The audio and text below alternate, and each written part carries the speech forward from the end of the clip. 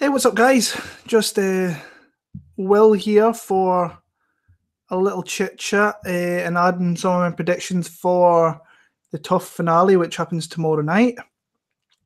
Just going to spend a little bit of time talking to you guys about again some crazy shit going down with Holloway pulling out, and then I don't know if you were watching the UFC press conference from about, I want to say 20 minutes, half an hour ago. But Daniel Cormier tripped up, and he looked like he fell really hard, face planted, and looked like he limped off the stage, and he looked a little bit frazzled when he came back for the talk with the square off with Stipe Miocic. He looked a little bit bummed out about that. So hopefully DC is going to be okay and come through what happened to him. And because, Jesus, we can't have another fight pull out because we already had Max Holloway and Ortega, which absolutely, I think it broke my heart as well as probably many other MMA fans, because that was the fight I was looking forward to this weekend. But yeah, moving back onto the TUF finale, I managed to watch the last finale fight where we had Tyler Diamond facing off against Jay Cuccinello in an absolutely banging fight to face off against Brad Katona tomorrow night. And to my surprise, Jay Cuccinello went out there and stopped Tyler Diamond and absolutely broke him down.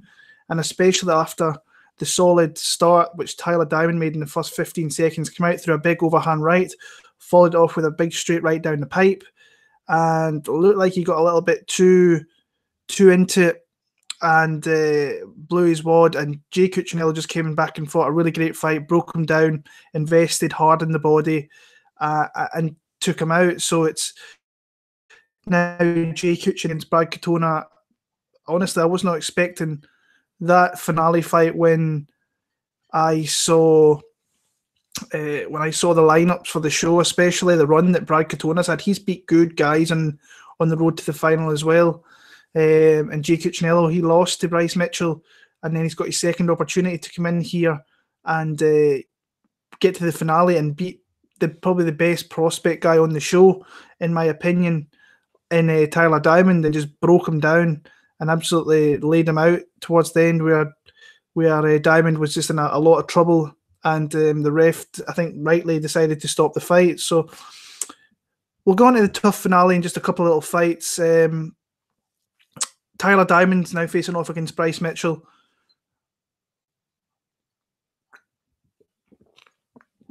Against Bryce Mitchell, and what I think will be a really good fight. Two of the guys I really like watching on the show. And yeah, I think it's going to be close. Like Bryce Mitchell against Brad Katona, mixed it up really well, got some nice takedowns, but it's just a game guy who likes to come forward and be very, very aggressive. Like Bryce said on the show, these two guys were main training partners for one another, and I'm sure they had some great battles there. So it's going to be interesting to see how it plays out, considering that they're in that environment for 6 weeks where they're probably training with each other pretty much every day, learning about each other every day. So it might be one of those fights where they really kind of counteract one another, and it could become a little bit of a stinker of a fight. But looking at it, I think Tyler Diamond is a guy. I still rate Tyler Diamond. I mean, just losing to Cuccinello's, it's not the be all and end all. He might come back and learn a thing or two like Cuccinello did when he lost on the show. But yeah, I think it's going to be a close fight. I can see Diamond. I can see it being quite good on the feet, but I can see Diamond looking for more takedowns. I think Mitchell's very crafty on the ground. You have to be careful of that. But he showed that he has a little bit of he has to be careful because he puts himself out of position a little bit, and like he did in the last fight against Brad Katona, and Katona counteracted that by just submitting him and being the guy to outlast him, really. And that was a really fun fight. So I see it being close. I'll be surprised if I see a finish. I'm going to go Tyler Diamond to win via decision there. Then we've got obviously Jay Cuccinello facing off against Brad Katona. Two guys, like I said at the beginning there, that I honestly did not think that these would be the guys in the finale, but it looks like Cuccinello took his shot and ran with it and got a shot, a big fight here. Brad Catona's a guy I've known about for a few years through James. I think I first came on to him through James Lynch's interviews, and from there I watched his fights a couple of years ago. I know that he moved over to Ireland to SBG, and looks like it's been good for him over there. I know he met a girl over there in Ireland, so yeah.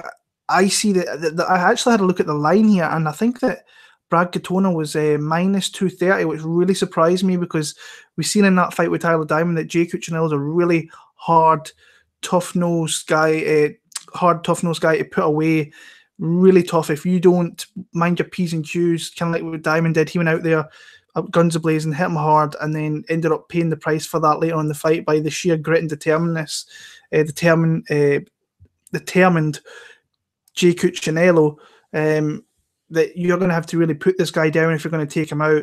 I don't expect Katona to come out here and take him out, not unless we have some exchanges on the ground. I think Katona is the better guy on the ground, if he can get it there.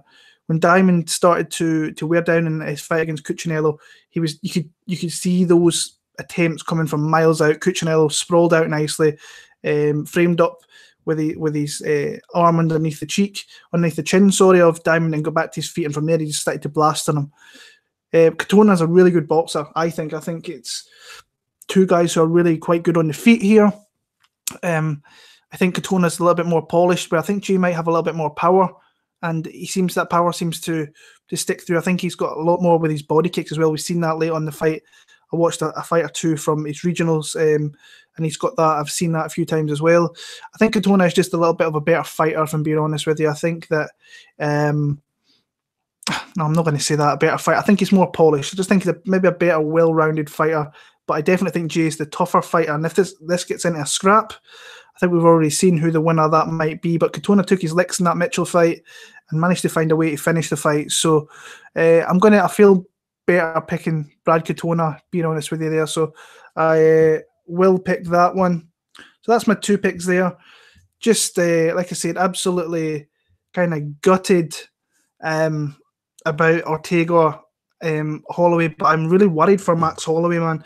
He's 26 years old and he's having problems like that.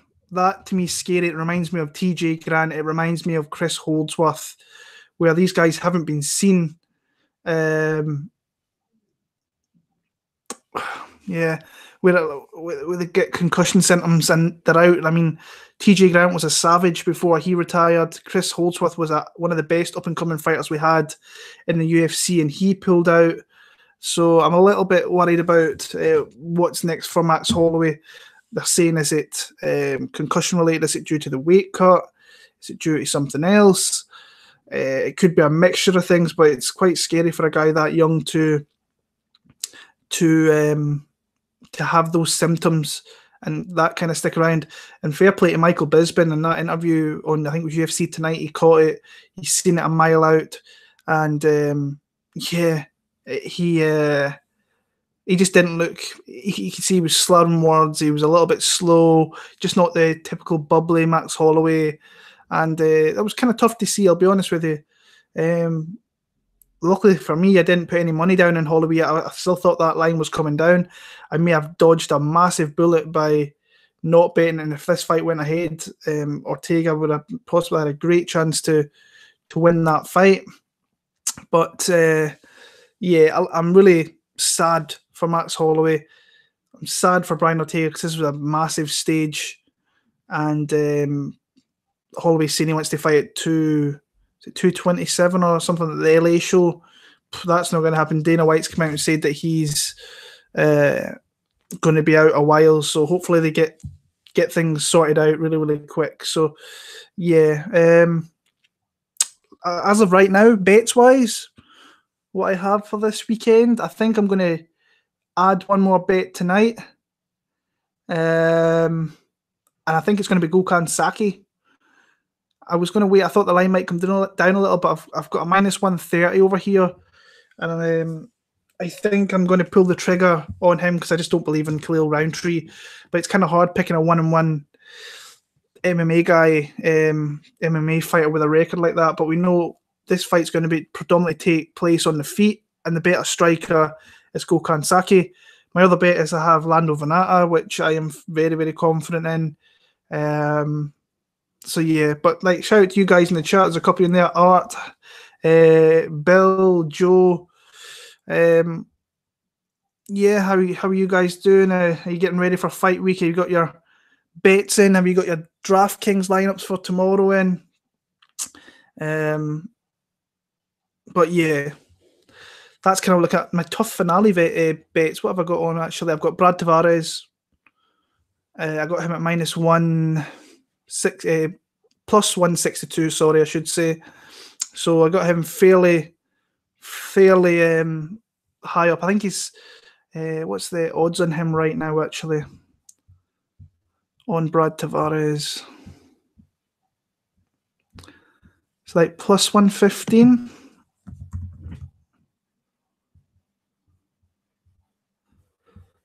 Somebody must have laid some serious money down Tavares. Oh, he's plus 100. Oh, geez, that's a pick. That's changed in the last 20 minutes. So who knows? By fight time tomorrow, Adesanya could be the favourite. Surprisingly, yeah.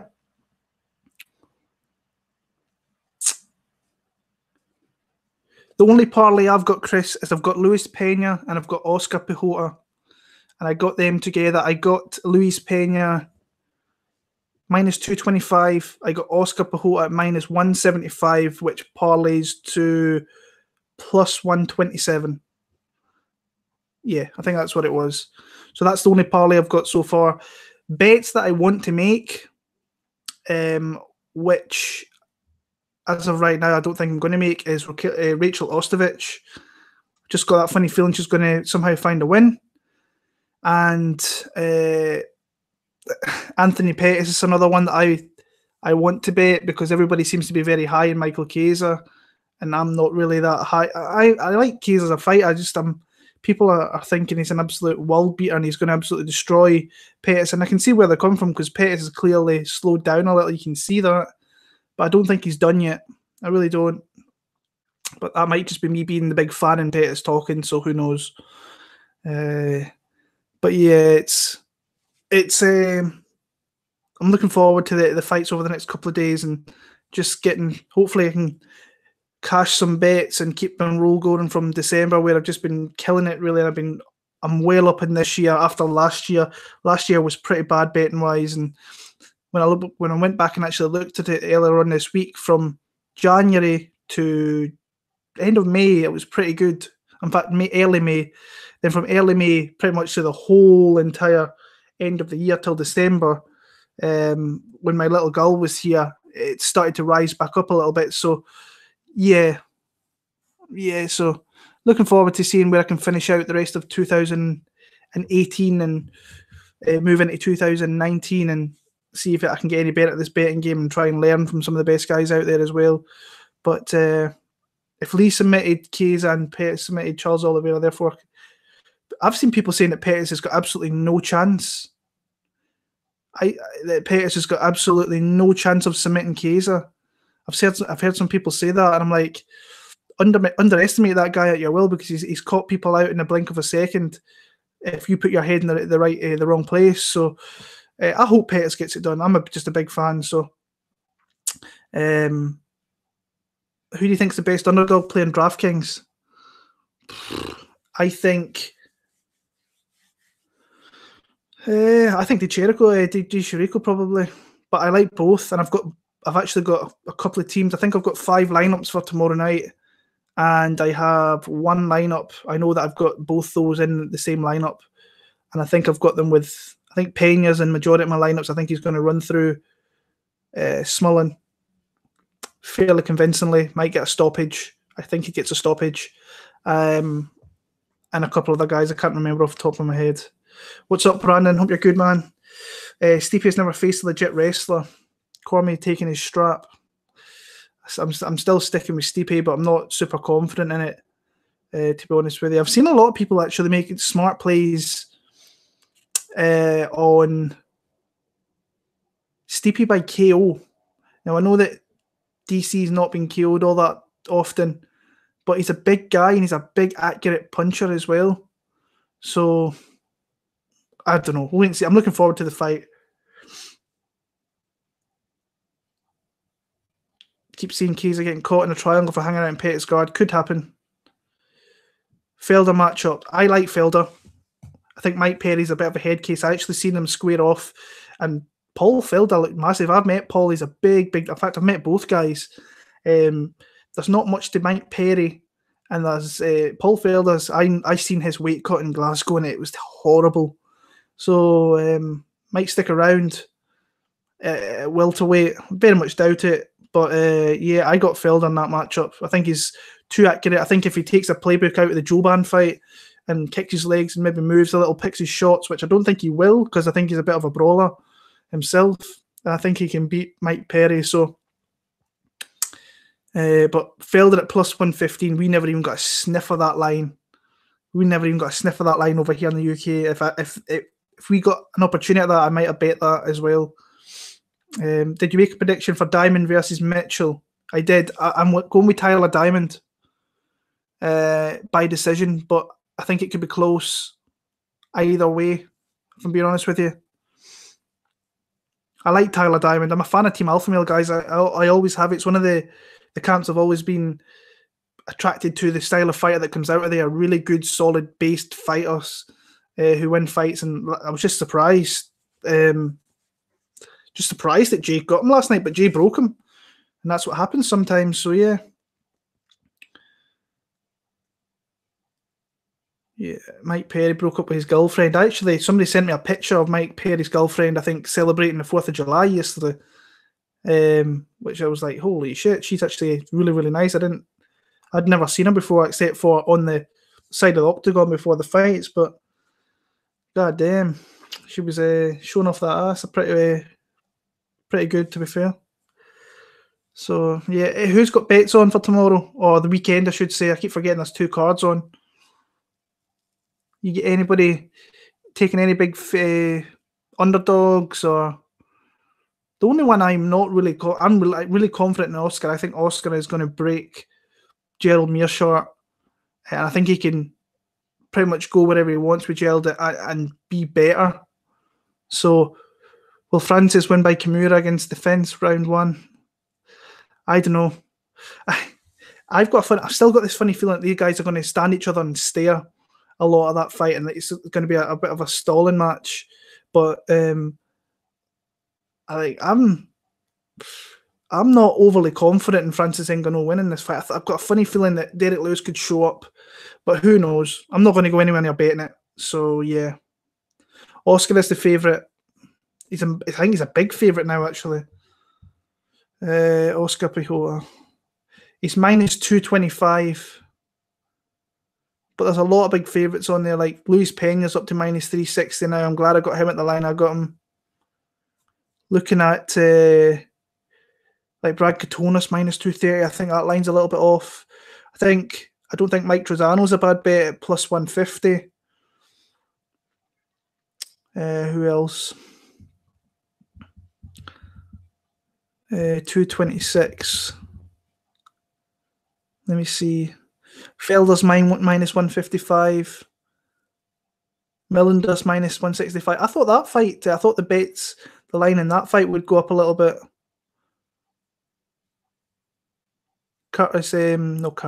Dan Hooker's bet down to minus 120. I think if you've got a strong lean in that fight and you think he's going to dominate or win that fight, I think that minus 120 is a really good number. So, yeah. You think Griffin will win the decision like he did versus Pius? No, I don't think it's recency bias at all. I think there's some sharp people out there that's bet on him and bet good numbers on him as well. So on the Utica card, I think that was the card the only one I got wrong was the which one was it? Jimmy Rivera. I think I got everything else right except for that one. So yeah, anytime no Scottish fighters on the card. I know that Jojo Calderwood's just got a fight booked for Lincoln, Nebraska. I think it's August against Kalinda Faria. So, and from what I'm what I've seen of JoJo, I think she's pretty much moved herself over to Vegas now, Syndicate MMA, and so hopefully that plays out for her. I'm always going to back her. So going to parlay the Black Beast in DC. That'll come good odds. That'll be really good odds. Jeez. I think Peterson will win the decision. Could happen. Could happen. Very much so. I just like, I like Bissett. I think he's, like I said in my video, I think he's a little bit more polished of a fighter, where Peterson might be the more dangerous striker. But I like Bissett. Betting on underdogs. I've did really well at betting on underdogs this year. Really well. The only one that still pisses me off that I didn't bet was Stipe Miocic against Ngannou. I was really confident in that, and I didn't pull the trigger.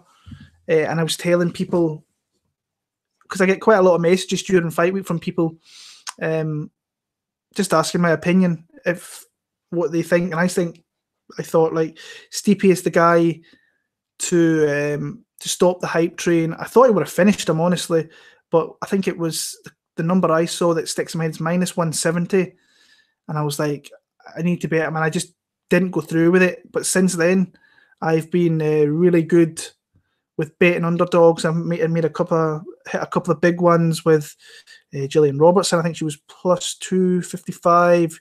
Yan Jiaonan was +200. So, yeah. You think Montana De La Rosa can pay off her DK price? What's her DK price? Let me have a look.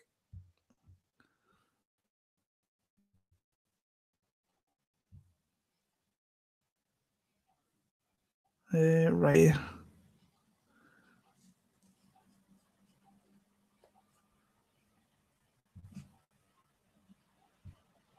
Sorry, guys, a little bit slow here. MMA.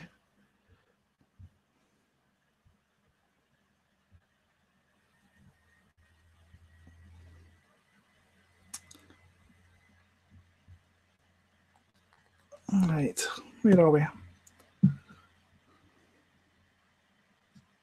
Yeah.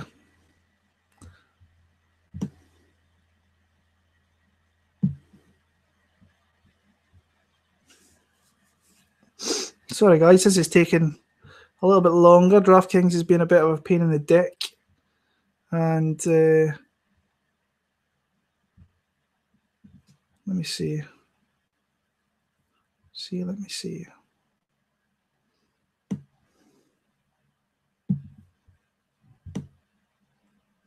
So Montana's 8,500. I think if she was to get, I've got a funny feeling that she can get takedowns. I can see a lot of reversals between the two girls there. So she might be able to get there. She could get a finish as well. So I think that she's got every opportunity to get to her number, which she needs to. Whether she gets the amount that she needs to put you on the optimal lineup's another thing. But yeah, I think she's. I'd prefer to go with the dog, if I'm being honest with you. I really like Giannetti. He reminds me of a young Joe Lozon. I like Giannetti as well, but I think Trezano's live. Those fights are close, personally. So we'll wait and see. What do you guys think of the Max Holloway incident? I felt really sorry for him. He looked in that video with Michael Bisping on UFC Tonight. You could see that there was something up with him, and that shows you like Bisping saw that a mile off. And I really hope that there's no bad damage with that guy, because he's so many good fights ahead of him as well.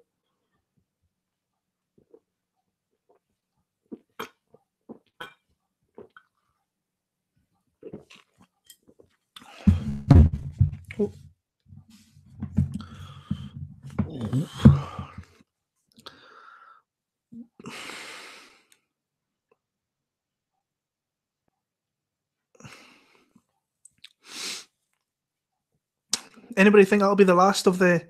I know we've got one more season of the Ultimate Fighter with, I think it's featherweights and heavyweights, I want to say it is. So, do any of you guys even watch the Ultimate Fighter, or you just watch it for the fights, or?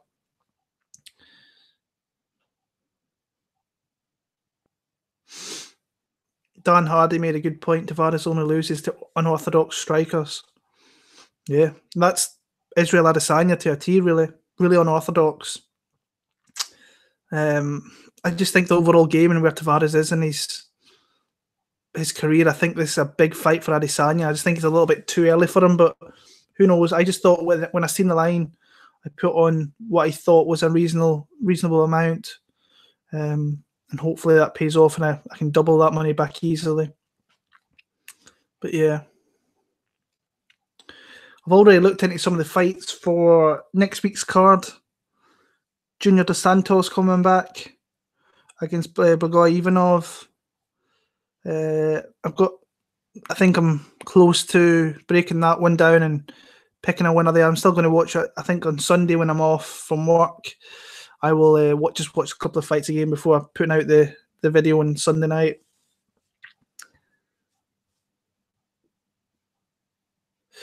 Yeah, let's hope he's not got any bad brain damage. Let's not hope, because that'd be horrible at the age he's at. He's got so many good things ahead of him as well. But you've got to remember, he's been in the UFC for a long time as well. So taking a lot of damage. Well, has he taken a lot of damage coming up? He's taken a bit, I suppose, but nothing too substantial.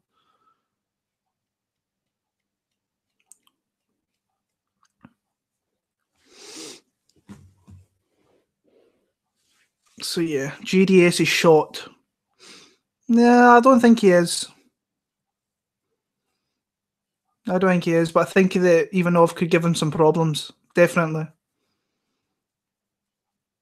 I hate that. Well, I don't really hate it. It's like I saw a lot of people come out this week and say, maybe it's just because I'm an Anthony Pettis fan and people are just, sometimes they like to kind of kick fighters when they're down a little bit.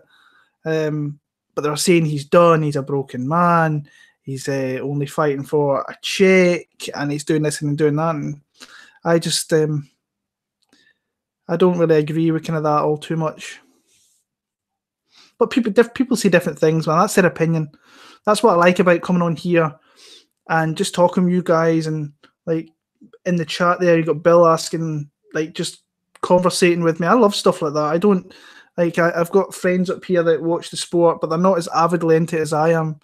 That's why I love going away to events and being there with fellow fans. And literally, all you're talking about predominantly is this fight and that fight and this and that. And like even when I always go to the cards over here in Europe, I always run into Dan Hardy, and I always, it doesn't matter how many times I go to events and we talk about fights, Dan Hardy is always there to sit, stand, talk fights with you for as long as you want to talk fights. Is always great. So coming on here and talking with you guys, and I don't do this enough. I really like coming on here and speaking to you guys like this, but I just don't get the time. And being a dad takes any time that I had away from that. So yeah, I'll try and like I've said this before, I'll try and do more of it, but it's hard,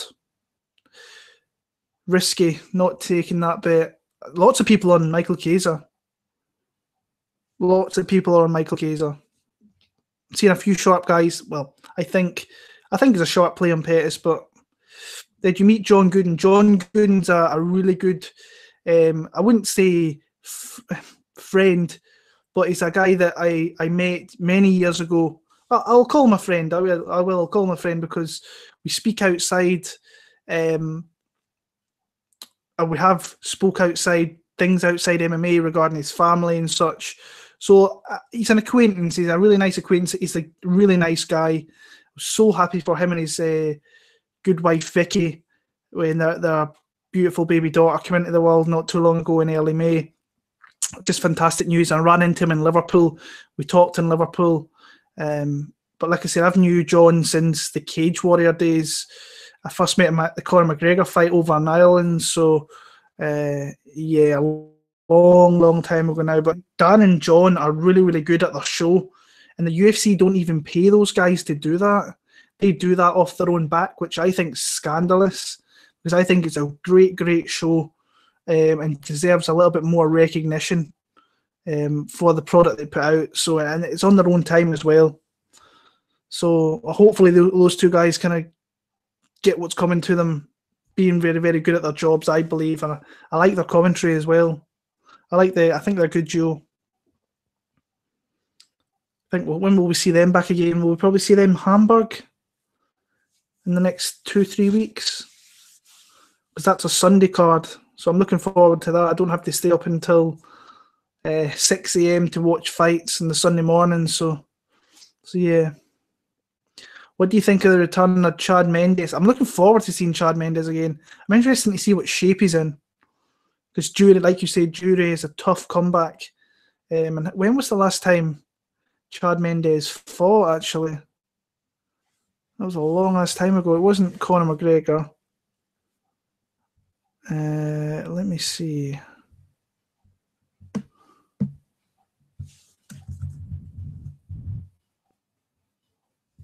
Because I know he's been out a few years. Frankie Edgar. Was that his last fight? Oh, shit. So, yeah. And what age is he now? 33. Yeah, interesting. I haven't looked into the fights. And I think I would edge... I think it would edge Jury right now, but like, there's no point in me even speaking of it because I've not really watched the fights. But when I get round to that card, I think it's one of the cards I really do think that one of the fights I really will be looking at quite hard and seeing what's going on with that fight. So yeah, in fact, I should really probably start to look into that card.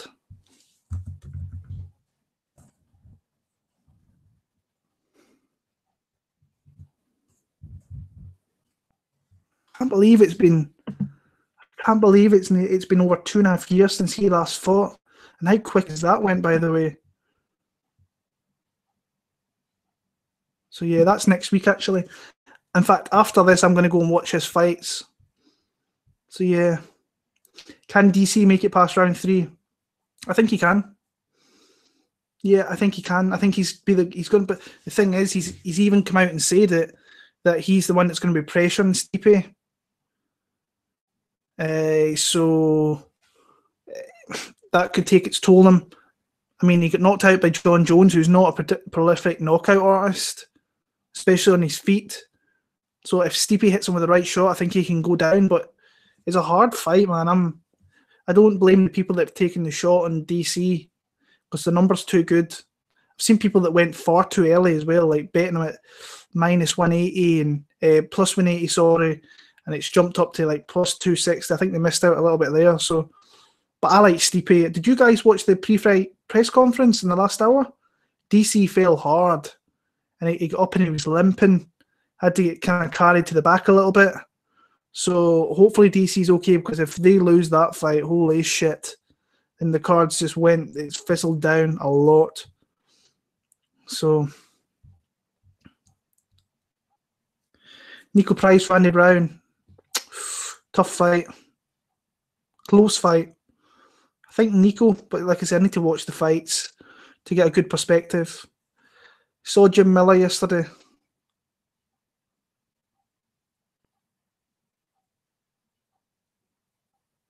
Jim Miller's a good dude. I met him in Vegas, I think, for one of the shows. Nice guy. I think John Jones would probably be huge at heavyweight. I think he'd be big. I think he'd be a big guy. I think he'd be really hard to beat, actually, up there. I think he's strong, so well-rounded. But heavyweight, you never know what can happen. Missed the press conference. It wasn't much. It was really talking a lot about Max Holloway.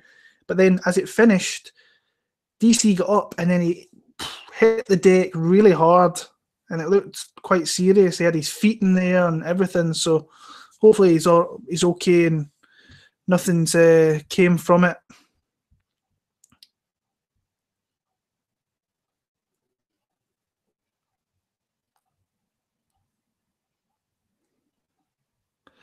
Right, I am going to go Stipe against Brock. I think it's Brock against John Jones next. I think that's the fight that's going to happen. Guys, I'm going to go. I'm going to watch a couple more fights. It's coming up to 1 a.m. So I'll maybe watch fights for the next hour. and finish off my alcohol, which I'm drinking tonight. And I'll be back on Sunday night for the UFC breakdown of GDS against Divanov. So thanks for chit-chatting with me. It's always good to talk to you guys. Wyatt, View of the Bay, Bill, you're all top-class dudes. Talk to you all very, very soon. Enjoy Friday and Saturday night's Cardinal. See you all on Sunday. Take care and enjoy the fights, guys. Take care.